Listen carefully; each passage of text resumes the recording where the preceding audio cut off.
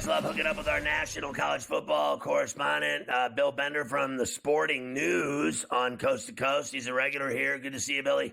I have to say, I was just going through it with you. Let's just, so the fans can understand where I'm coming from here. When Penn State played SMU, they kicked their ass. When Penn State played Boise, they kicked their ass because they are better than those teams. When they are on equal footing or better than a team, which I think they are on equal footing with Notre Dame, they can win the game. It's when they play teams that are better than them, flat out, on paper, knowing, going in. When they went to play Ohio State, the game was in Happy Valley. It didn't matter. They knew they weren't as good as Ohio State, and they lost. They said, Franklin never beats top 5 teams or anyone that's highly ranked. He's the worst coach ever. I don't believe that. I just know that if they play a team better than them, they lose. But when they play teams they're as good as, they can beat anybody. Well, you're starting to sound like you're talking about my Green Bay Packers.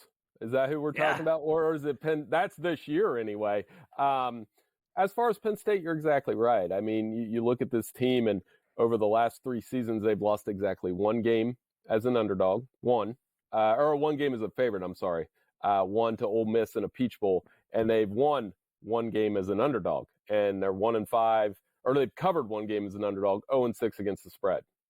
So it's really tough to pick Penn State in this situation, but this game still feels like a coin flip to me, because Penn State's right there with them. They do some things that Notre Dame does well, and vice versa. Both teams like to run the football.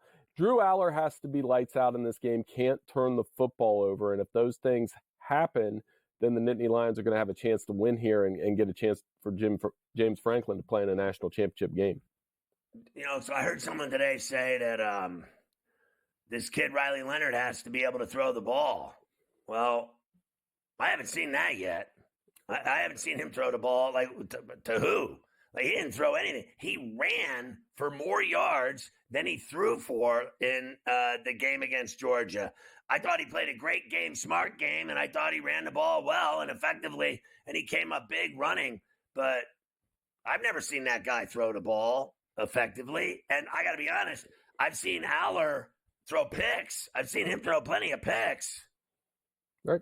Well, and Scott, Riley Leonard doesn't throw the ball down the field. They didn't throw a pass of 20 yards or more against Georgia. So they're going to keep the short passing game. I don't think they're going to change that. Whether or not Abdul Carter plays or not, they'll get the ball to Jordan Faison. They're going to try to run the ball. They use Riley Leonard like an old school fullback with the 10 to 12 carries, 5 yards a carry. He's basically a fullback in a quarterback's body that throws it a little bit. And for Notre Dame, it's just not turning the ball over. If they don't turn the ball over and they pick up 1 or 2 turnovers against Penn State, they're going to be in business in this game. I think their defense is somehow underrated with how they force turnovers, play on that side of the ball, and continue to do the things that they're doing with Marcus Freeman and Al Golden, the defensive coordinator. I remember when Al Golden was the Miami head coach, all right? And now look at him. Let me ask you this question. You saw Brian Kelly leave South Bend thinking that he had greener pastures down in the SEC in the Bayou at Baton Rouge with LSU. And the bottom line is, it's been a nightmare for him, as far as I'm concerned, down there at LSU. Because believe me, if he loses 2 games next year, they're going to call for his head. I mean, they're gonna call for his head. The fans aren't going to have it. So here comes Marcus Freeman. He gets this job. And he walks into this job in South Bend, and look what he's done with it. Not only has he won, he's playing in the national semifinal, and they just gave him a fat new extension. Who's laughing now at who made the worst decision? I think Brian Kelly leaving South Bend was the biggest mistake of his life. Well, that, and look at how NIL has changed the landscape over the last 2 years, and I know you appreciate this like I do, I'm an Ohio kid. Michigan wins the last national championship, and this year you have 3 of the traditional Midwest/Rust Belt programs. I don't know if you consider Penn State Midwest, but they're in the Big Ten, so they count. Penn State, Notre Dame, Ohio State doing what they've been able to do, and because they have good NIL, because they have good talent development and they have good coaches. And I think part of it is they have good offensive and defensive lines as well. I was talking to Adam Brenneman about that yesterday. That was the point he made, that they have these good interior lines. Michigan was like that last year. And defense as well. Defense wins championships now. The 4 teams in this playoff ranked in the top 5 in scoring defense. The only other one was Ole Miss. And the Rebels, maybe they had a case about getting in the playoff when you consider that statistic. Yeah, that's very interesting, Bill. No doubt about it. Now, let's shift gears. And I want to ask you about, because I get that opportunity today only, Texas and Ohio State basically playing in Texas, in Arlington, at Jerry's World, a home game against the vaunted Buckeyes, who everyone has been suckered by. Everyone now, after what they did to Oregon at the Rose Bowl, everyone and their brothers betting on them to win the national championship. They're like, oh my God, they're a pro team. They can't be stopped. Texas has them tomorrow night at home, basically. 100,000 fans. You can't tell me it's not going to be 80,000 Texas fans. I don't believe for 1 minute that when you saw the Rose Bowl, it was Buckeye, you had the Scarlet, and then you had the green of Oregon. It was half and half, like at Pasadena. That's not happening at Jerry's World. There's not going to be a half and half. I mean, it's going to be 80-20.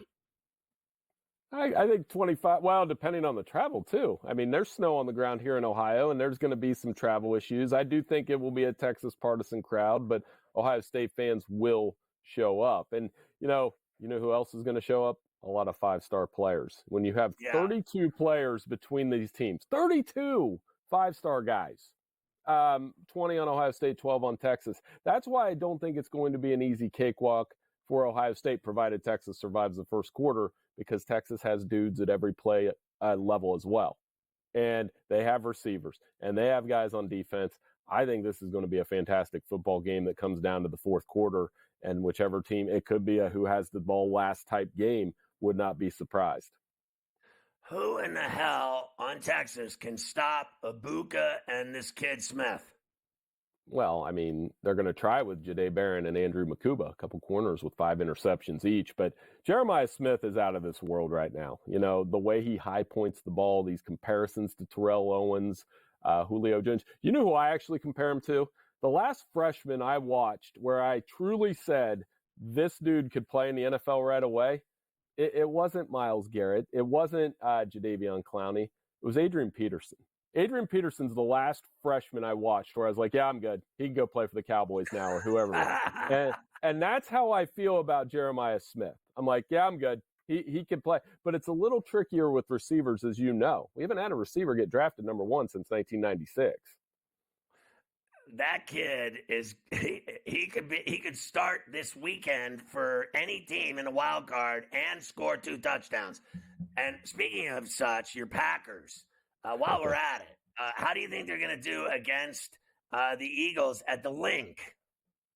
Well, I didn't like how flat they came out against the Bears. They need to run the ball. I do think they're going to cover because they don't get blown out in playoff games, but they're setting me up for another heartache. I'm hoping Jordan Love plays. I hope they can slow down that running game. Very similar game to week 1. There will be no heartache. There will be no letdowns. The Packers will win the game. Take Hurts, pile drive his ass, and take the game over and win in Philadelphia. That's what I'm talking about, Billy. Enjoy the games tonight and tomorrow, Bill. Good to see you.